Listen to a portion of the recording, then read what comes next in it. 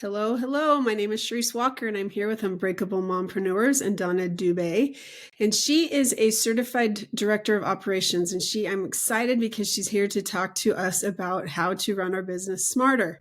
So go ahead and introduce yourself, Donna. Yes, thank you, Charisse. I'm so happy to be here. So, yes, I'm a certified director of operations, which is a lot of words, but what it really means is that I work on the back end of people's businesses. So, if you think about your business as a house, you've got your front lawn where, the grass is nice and green, you've got flowers out there, it looks nice and pretty. That's our social media, that's our visibility, that's what we show to everyone. The back end of our house where, you may have the trap door and let the dog in and out, the kids' muddy boots. That's the back end of our business, our operations side. So what's happening internally to make our business flourish and grow. And so I like to hang out in the back end of the house. And so there we're looking at team, we're looking at hiring, we're looking at how do we delegate? How do we as leaders stay in the CEO visionary role? Looking at project management, KPIs, data, metrics, all that good stuff is sort of what's in that back end of the house. So I like to work with 6 and 7 figure business owners to really help them leverage 3 things: their time, their talent, and their tactics. The 3 T's, I like to call it, so that they can grow to the next level without working 24/7, because so many entrepreneurs are working way more hours than they want to be.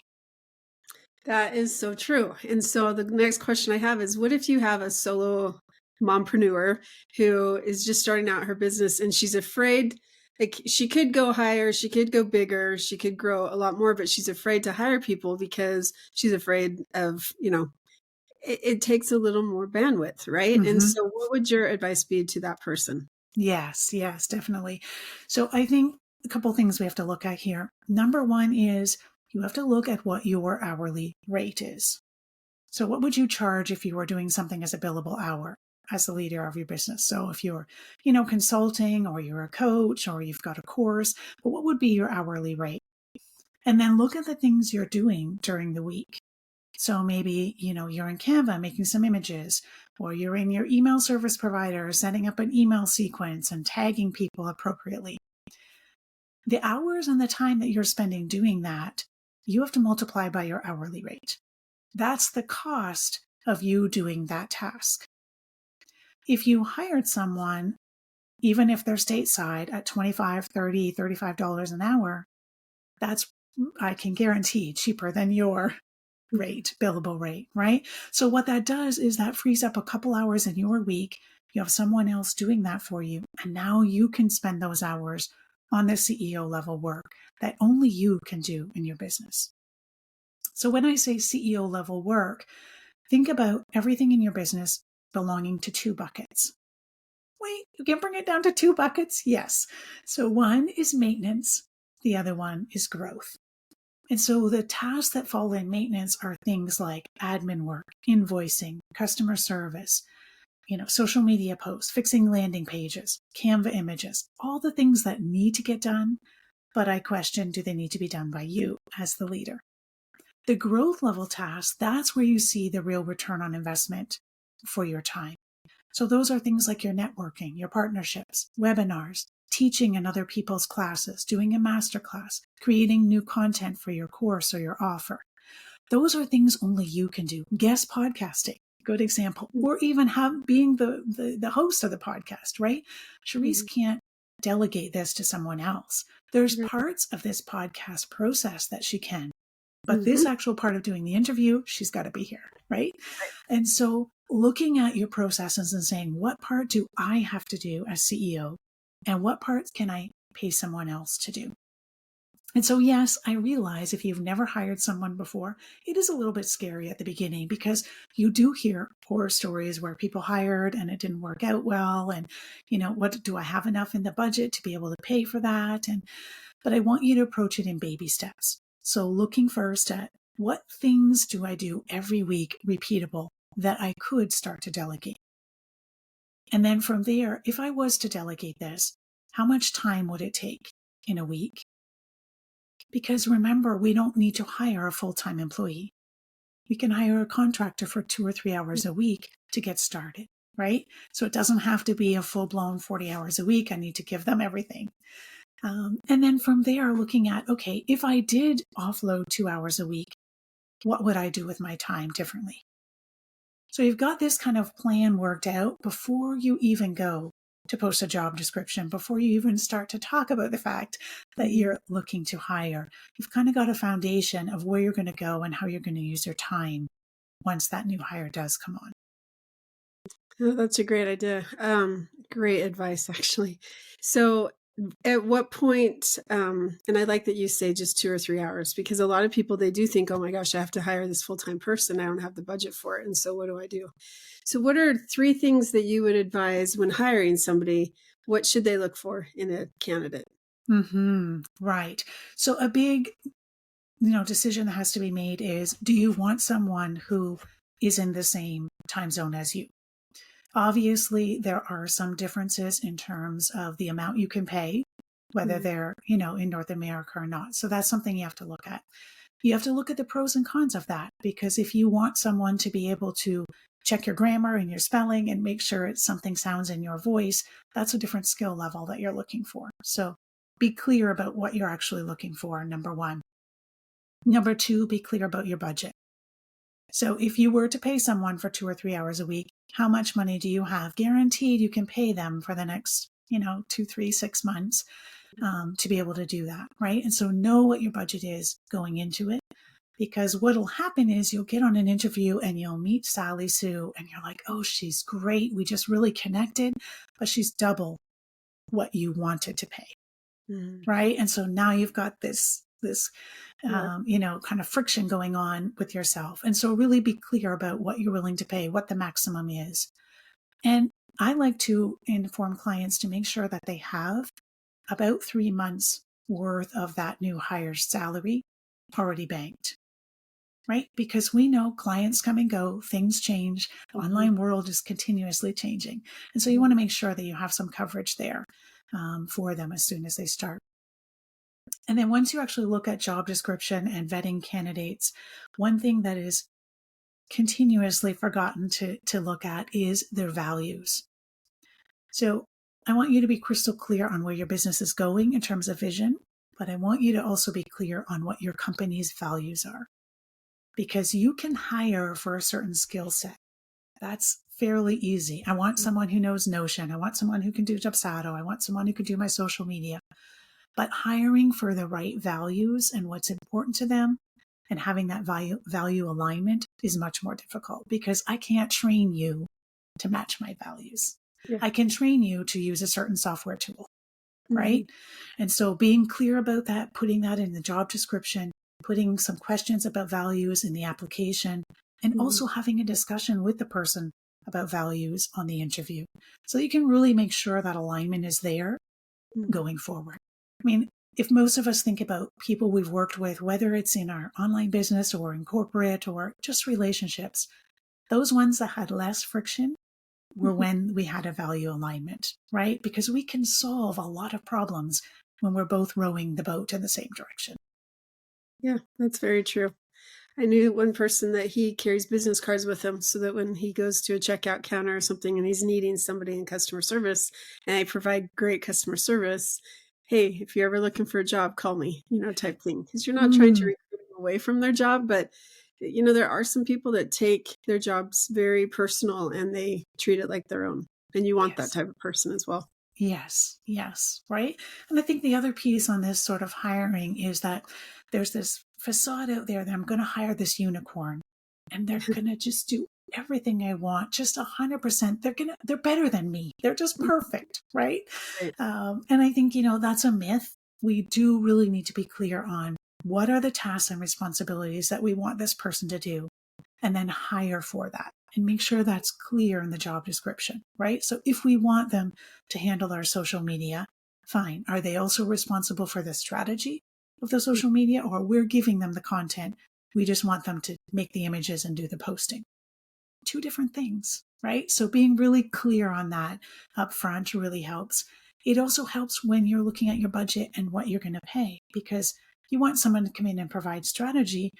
That's on a much different level than, here's the content, please post it for me, right?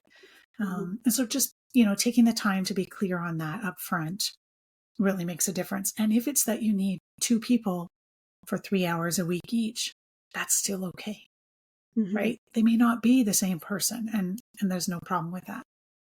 I like that. Because a lot of people nowadays, it kind of seems like the younger generation, because I feel old, they don't want to work a full-time job. They have like 3 or 4 or 5 different jobs that they're doing. And so sometimes they are, hey, I'll work 2 or 3 hours. Great. That's fine. You know? Yes. So Yes. what do you do? I have a client right now that she's been in the business for probably 15 years, and she's been doing, and I'm not going to go into details specific because of her privacy, but Yeah. the problem is that what she was doing 15 years ago and very successful at, now there's 20 new people that are in competition with her, and so Mm. her business has significantly gone down. And I said, well, let's look at your website. Let's look at this. Let's look at that. Let's just compare apples to apples. And I'm like, your website is not there, and so you can drive traffic all day to that website Yeah. so that they can get bookings. But if it looks like, what her business is not, then, what do you do? So what is your advice to somebody like that who maybe they have been doing it for a little while and they haven't scaled? It's just them and the family members. But now they're financially struggling because of the competition that's come in. Mm. Yes. Yes. And I think the thing here is that you're right. We have to be continuously looking at how are we presenting ourselves? So the front end of our business, right? How are we presenting ourselves to the world? And if there's room for upgrades and changes there, we may not do it ourselves, Right. but we may need to pay someone on a project basis to say, okay, I'd like an upgrade to my website. Here's, some content or new pictures or whatever that is to match what we're actually delivering, right? Because sometimes there can be a misalignment there. And, the saying that first impressions are lasting impressions, it does matter, right? Um, and so being able to take a step back and say, okay, how can I critically assess what I'm doing here? If I was brand new and I looked at my website, doesn't line up with, the world today, do I feel like that's competitive advantage? And if not, do I need to make the changes to that? The other piece of it is the words and the way we do our messaging. And again, I am not a marketing expert, but that certainly makes a difference. So there's probably pieces which she has expertise in that makes her stand out and makes her different from the other people in her niche. But is she portraying that? Is that clear when someone lands on her website or listens to her on a podcast or, sees a social media post from her, right? And so really being able to, delineate how am I different from the next 20 people in my field? Because there is a difference. We're not all the same. Some Mhm. people are going to resonate with me and they might not resonate with someone else, right? But trying to make that as clear as possible so that the words I'm using are actually speaking to the person that I want to draw in. And so, again, just doing some refining and refreshing on that side of things will help. And then the third piece is really looking at, okay, do I want to scale this beyond myself? Because it's very common in the online world to be like, yeah, I'm going to scale, I'm going to be 1 million, I'm going to have employees, I'm going to, right? But so many of us in the attempt to get there burn out and find out that I don't really want that. Right? Do I Yeah, really want to I laugh. be that level of influencer and thought leader? Right? Right. Mhm. So again, back to your why. What is your goal? Is your goal to replace the corporate income that you had and have some flexibility with your family? That's Mhm. very different from, I want to make $3 million, Right. right? So No, really, being clear on what your goal is. And if you want to stay, as an entrepreneur with a couple of team members working part-time, no shame in that. right. Mhm. Yeah, it all comes down to your goals and your desires and where you want to be in 5 years. And I think that changes too, because as a mom, when I had younger kids who needed me because they were home all the time, and now they're finally in school, and so I have 6 or 7 hours that I can do what I need to. But Yeah. then when they get home, I want to be a mom again, right? And Yes. so that is different than if some of my other kids who've moved out of the house, and so you have the empty nesters that they don't want to be home doing I don't know what, right? And so I think it really does depend, but I think it also changes in the seasons of your life as well. Most definitely, 100% agree, right? And I'm on the other end of the scale.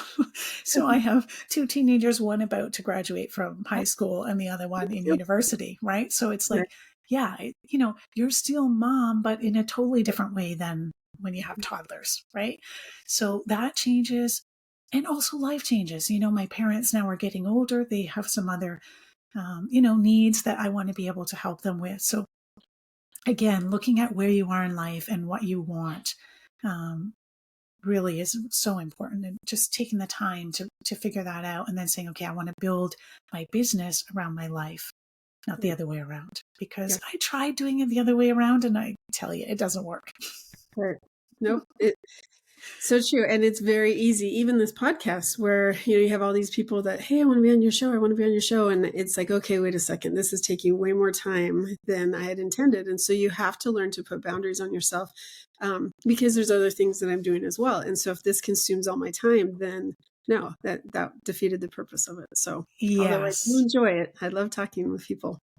Yes. Okay, so we just have a few minutes left. What are 3 of your golden nuggets that you want somebody to know? Yes. Okay. So first up, I suggest this to almost everyone I speak to. If you are an entrepreneur, it doesn't matter if you're a solopreneur, you have a team of 15, doesn't matter your size. Make sure that you have 1 hour dedicated every single week to working on your business. And I call that your CEO power hour. Doesn't have to be a Monday morning. I choose mine to be, but you can choose whatever time works for you. Some people like the Friday afternoon before you're done for the week, or, Sunday evening, pop in and spend that time. But 1 hour when you are really reviewing and reflecting and figuring out what your priorities are for the week ahead. Do you need some help further from your team? Make sure you communicate that. Do you need some more help from home? Because this is going to be a busy, crazy week for you. And so having someone from home step in and do a couple things for you. Or do you need to actually go for that massage? Let's get it booked and put it on your calendar, right? And then figuring out what your top 3 priorities are for your business. So again, that focuses back on those growth level tasks. What things do I need to do as business leader or CEO this week to move my business forward, right? It's baby steps every week that gets us closer to our goals. But knowing what those priorities are and blocking off time in your calendar to actually get them done has made the world of difference for me in terms of growing and knowing what I can say yes to and what I can say no to. That is so crucial and vital because I think time blocking is something for a long time I fought because I didn't want to be tied down to a schedule. But then what I started realizing is because I'm not tied down to a schedule, my schedule's all the time. And so you get up at 6 a.m., you go to bed at 2 a.m. or something, you're working the whole time, but how effective and how productive were you? Yes. And so I love that even 1 hour to just block out your time and this is what I need to get done. This is what has to be done. Taxes are coming up. And if you're in a partnership, that's a hard deadline in March, not April. Right. Your taxes done. Yes. So it's making sure that you are aware of your deadlines and what's, all the different things that are going on. Yes, 100%. And the next piece I would say is my golden nugget is use your calendar as your scheduling ninja. Yeah. And this ninja's working for you, not against you. Right. So many of us, like you're saying, open up our calendar and you can book anything, anytime, right? We've got no boundaries on what goes where. And so our calendars are too full, number one. We're multitasking and running from one thing to another all over the place, which, reduces our productivity. And we haven't set aside time for ourselves, our family, and just some downtime, right? So many Zoom meetings in a row, you need a break. And so what I suggest people do is set up an ideal calendar for you in this season of your life. So if that means I need morning time to, do my routine and have some time with the kids, that's what that means. Block it off. If I have pickup from school and then I like to, spend an hour or so with my kids before dinner, block that off. Then we put in our working hours, right? Our time when our business is open. And yes, I know in the online world, we don't have a store that opens and closes, but you want to have a set time when your business is open, when your team and or your clients know you're available, right? They could reach out to you. They know, okay, if I need to book a time, Tuesdays are my, Tuesday morning are my time to meet and have my meeting with them, right? So that's clear up front. And then within those working hours, you've blocked some time for these priorities, right? We know marketing is part of the game. We know client delivery is part of the game. And so making sure we have time blocked off each and every week for those activities goes a long way. That's true. Right? And if you're like me, when as a realtor, prospecting, I can meet with clients all day and go show them homes, go do this and that. But if I'm not building my pipeline, then my prospecting, my pipeline will shrink. And so that I think needs to be added into what you just said. Go on. Yes, 100%. Right. And then it gets your mind into the routine that, okay, Tuesday morning, that's when I do prospecting activities, right? Wednesday afternoon, that's when I do this. Yes, it can ebb and flow, but you've got some times there which is clear and your team knows, your clients know, whether you're available or not. Yep. Thank you. Yeah. And you talked about the 3 T's, right? So do you want to expand on that and just Yes. So the 3 T's, so leveraging your time. Again, we looked at that a little bit with the CEO Power Hour and your calendar. Leveraging your tactics. So that's your strategies, right? Again, we can get into a whole other conversation about this, but many of us find, okay, I'm going to try this strategy. We don't try it long enough to actually see the results from it. We hear about 3 more other different strategies and we want to implement those as well, right? And so I encourage my clients to find one strategy. That's the foundation. Make it work. We've got a system in place. We've got a process in place. It runs smoothly each and every week. For example, this podcast, right? It was very easy to book. I just got on the calendar link, found a time that worked for me, and boom. We didn't have to go back and forth on emails. We didn't have to, have a lot of back and forth. And so having a system and a process for what your strategy is, making sure that's working by actually measuring the results. And then we can look at layering another strategy. So tactics. And then the other one is your talent. So whether you have a team or not, looking at how you're spending your time and what your zone of genius is as business leader, right? And making sure that as you grow, you can spend as much of your time in that zone of genius and your growth level tasks as you can. Thank you. So we could talk for a long time, but if somebody wanted to find you, how would they get a hold of you? Yeah, thank you. So my website is ceoamplify.ca. And so if they go there, there's a resource section and they can download a PDF, which is all about the CEO Power Hour. So if that sounded interesting when you were listening, go ahead and grab that PDF. And I'm also on a podcast, CEO Amplify, same name. And so if podcasts are something you'd like to get more into, then certainly you can check that one out. Great. Well, thank you so much. And that information will be in the links below as well. So, all right. Well, we appreciate you coming on. I'm sure I would love to have you back on another time where we can go into a little more detail. So thank you. Good. Thank you. Appreciate it. All right. This is Charisse Walker with Unbreakable Mompreneurs. Go out and make it a great day.